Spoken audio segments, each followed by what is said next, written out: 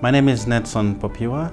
I work for the Center for Learning on Evaluation and Results. So I'm looking at the way government departments use evidence to inform policies, but also to inform decision making, particularly on a daily basis, and also how they use evidence to reflect on their projects and their programs to see whether they are working or not working, and on what areas they can improve. So the case I'm looking at is the Department of Basic Education in South Africa, which is the key department mandated with a big task of making sure that there's universal access to education and everything that goes with educating the young population of the nation. So I'm looking at how decisions that are made by the department involve processes of utilizing evidence. And this evidence comes from many quarters, including surveys and so on.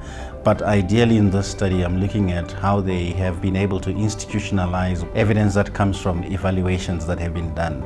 The particular case focuses on two evaluations that have been done. The first one is a bursary program which funds teacher development or teacher training. It's called Funza Lushaka. And the second one is looking at the National School Nutrition Program. It's important to have such types of evaluations because this is how government can take a step back and look at whether they are implementing those programs very well and effectively also efficiently and timeously. So it also means, is this value for money? Should these programs continue?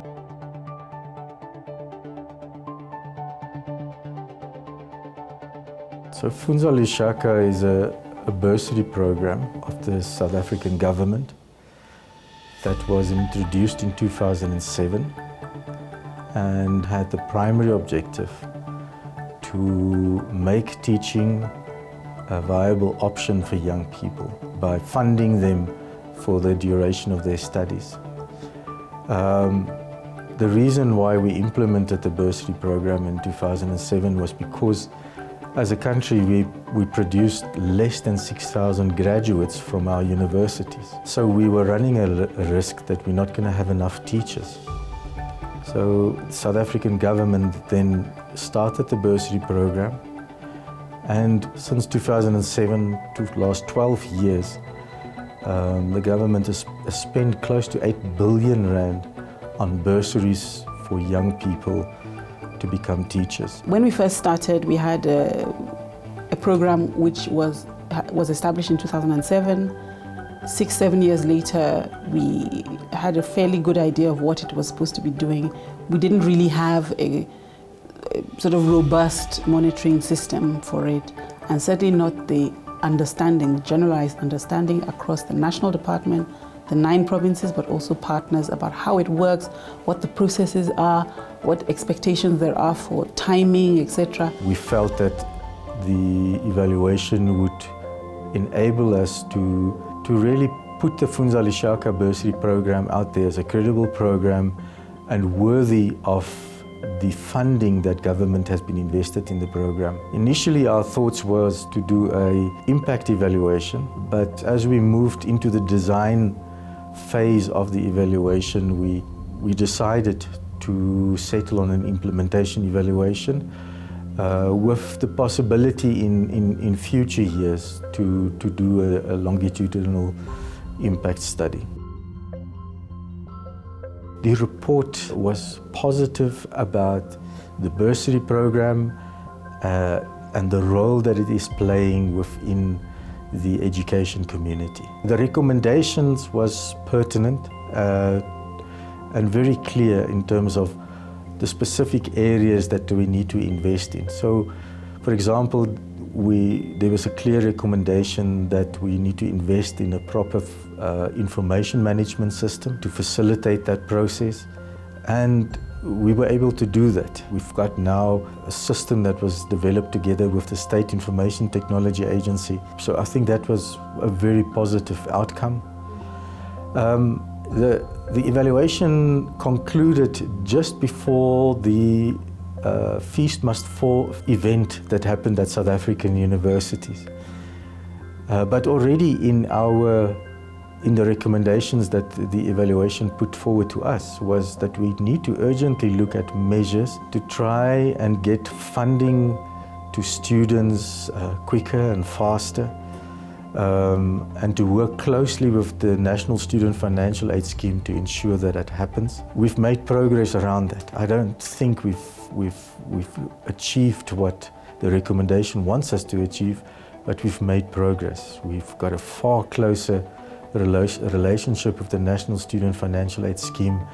We've got a memorandum of agreement with them. We've started to put things in place that will enable and strengthen the efficiency of the processes of the Funza Lushaka bursary program. And that was as a result of this particular evaluation. So for me, those were the learnings. The learnings were about understanding what's happening in each province and getting a sense of the different models and codifying that, documenting it, and then using that information and data later on to strengthen our system, strengthen the way that we roll out, and strengthen accountability, and then with a view to later on having an impact evaluation. So the evaluation points us to the gaps and how we can get better. And I think that's the role of this evaluation. Help government be more efficient and be more effective. We also learned as a sector a whole lot more about our different levels of accountability for this really good program. We learned a lot about where to plug the gaps. We also were able to use the evaluation to mobilize capacity and resources. And I think for the first time, we were able, through this evaluation, to show our commitment to outcomes-based approaches within government. We have better measurement of Funza Lushaka outputs, better engagement and coordination across the departments, because it's Department of Basic Education and Higher Education, but also the labor market for educators. So we have a lot more analysis that feeds itself through now every quarter through this journey of Funza Lushaka. It covers 9.5 million children out of the 12 million in our sector. We have billions being spent on this program every year. It's implemented by provinces, so we have 9 provincial models for procurement, for provisioning, and then we at national monitor how that is happening in terms of the beneficiaries, but also in terms of certain standards and guidelines around how it should work. We intended to start with an impact evaluation. We had to start with an implementation evaluation. We didn't go out to do a forensic analysis of how the nutrition program works. That wasn't the intention. It was how implementation works or doesn't work and how we can plug those gaps. Because there was no explicit theory of change, and we had to work with the service provider and the program people to develop a theory of change. It really helped everyone from province, national, civil society to come to a common understanding on the program and what it hopes to achieve. One key recommendation was around upscaling, looking at upscaling the program, because it was found that the starting time for feeding is normally after 10, when many learners are already hungry and can't concentrate in the morning. A possibility of introducing a snack maybe, or some breakfast perhaps, or starting this feeding earlier, maybe around 9.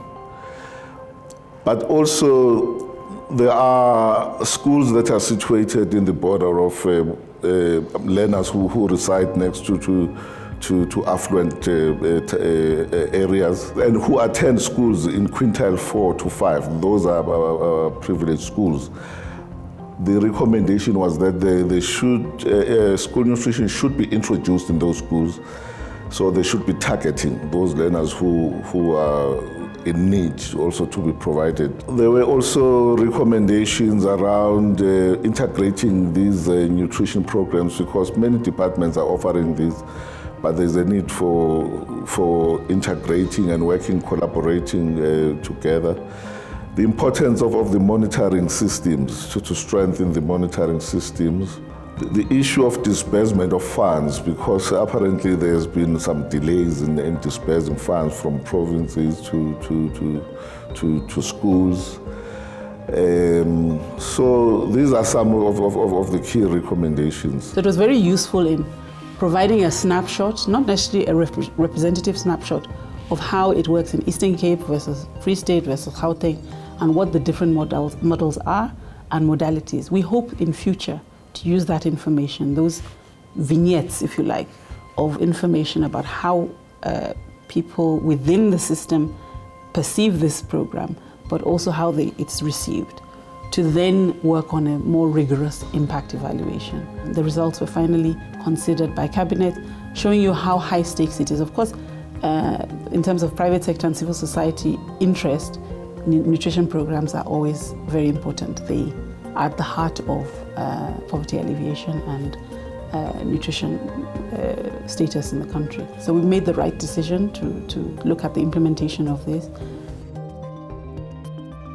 So this evaluation helped us to regularize how it really functions in practice, not just in theory, but also to compare standards of the guidelines and how they are applied in different places, and how then the different provinces provision. So that was very useful about this evaluation. I think the recommendations of the nutrition evaluation helped us to standardize across different departments certain issues around meal choices, menu choices, decision making around some of the aspects of the nutrition program. It helped us to understand key weaknesses in the procurement and provisioning chain. So not everything was implemented, but certainly it helped us to generate options around implementation for ourselves, but also for how we work and collaborate with other partners in this space. So we had to involve them from the onset. The design of the evaluation. They are the ones who propose the key questions, purpose. And then we established a steering committee, which included the department, but then other key role players, the unions. I think there was someone from the civil society, but there were other critical departments like National School Nutrition, Department of Health, and there was a provincial representative, someone from Eastern Cape. All these stakeholders helped to enrich, the evaluation process, because they came up with brilliant perspectives from different angles. Some of these we did not expect, but it was very helpful to involve them throughout the process. As soon as we completed the evaluation, we afforded management an opportunity to respond to the findings and recommendations, and that was also helpful. We also worked together with the department and other stakeholders to develop an improvement plan. All these were helpful in promoting use. Let me not also forget the issues of quality, because we had a good team, even from DBE, who were quality checking the evaluation. We had a peer reviewer, Laura Poswell, who made some critical comments. Whilst that was very helpful, but I must say it also delayed the process. The first report was produced around August 2015, but then we approved following year, only a year later. They wanted to ensure that the evaluation is of good quality. So it delayed by almost a year, but at the end we were all convinced that it was of good quality. All our evaluations are subjected to the evaluation quality assessment system, and it scored very well. So generally, these are some of the measures that we put in place to ensure that the evaluation is used. One of the main reasons that it was so successful is because we were able to almost seamlessly work with DPME, the Department of Planning, Monitoring, Evaluation, as well as the evaluator. We were able to draw in our provincial colleagues at points of discussion. The evaluator brought us together one day on more than one day, from across the sector, our provincial colleagues from NSFAS, from universities and the department, to work on a theory of change. And just that opportunity to pause and reflect on the bursary program had so much value, not just for the evaluation, but also for those that were part of the bigger process. And they, for the first time, probably had an opportunity to contribute and raise concerns, but also contribute to solutions for some of the issues that we experienced. At the end of the evaluation, we had a better sense through the theory of change workshops, through the sort of walking through with the Department of Planning, Monitoring and Evaluation, our own engagement as M&E professionals with the program managers and vice versa. So we learned a lot as M&E people. What was valuable for us is that there was a clear recommendation that the funding that is given need to reach the particular audience that we would want it to reach. You know, it puts up cautions regarding your way of work and the way that you've been implementing in the past.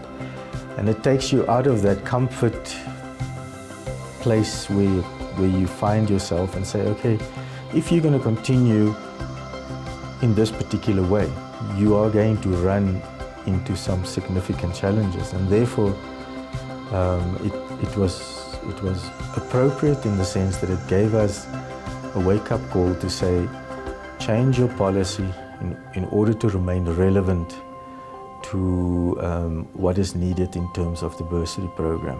I think evidence-based policy making is very important. The only caution that I would, from my perspective, would put forward is that working in education, you're working with human beings, and it is therefore important that the qualitative part of evidence not get lost in the process. It always has to be the child at the center, and we should never lose our focus from that. One of the key lessons is that we can commission a lot of evaluations, but that is not the only key thing, because that is the generation of evidence. And when evidence is generated, it doesn't mean that eventually it will be utilized. So this is just the starting point of generating it. So the lesson that we are learning is that from there have to be mechanisms that you implement that allow you to see the final utilization of that evidence. And so it's a key lesson that we are seeing, because the department is going back to rethinking about how it can have a process of then making sure that they institutionalize the way they utilize this evidence. The other lesson that we're learning is that beyond these evaluations, there needs to be institutional capacity to take on the recommendations and then make them worthwhile to implement. The other thing we're realizing is that there have to be resources that can be channeled towards the change that is required to be seen. So it just doesn't cost nothing to implement or utilize findings or evidence. There is a process that is required to raise the resources that are required so that we can see the realization of those findings and that evaluation's outputs. So that's quite critical. We started off wanting to do impact evaluations. It's sort of very scientific, very rigorous, and we found we just didn't have enough data to do that. So we had to sort of cut it back to implementation evaluations. I see in the future, 5 years' time, we'll have a lot more impact evaluation understanding, we'll have a lot more evaluation understanding, and I think we'll have a lot more understanding of the fact that data and monitoring is not just about reporting to your superiors, but it's reporting to the nation in a way that has integrity and it's valid. How we monitor as a sector, how well we do it, how effectively we do it, and what information we still need to work on. These are the milestones in that journey, and the evaluations we used to help to deepen that work of developing systems for decision making in the sector.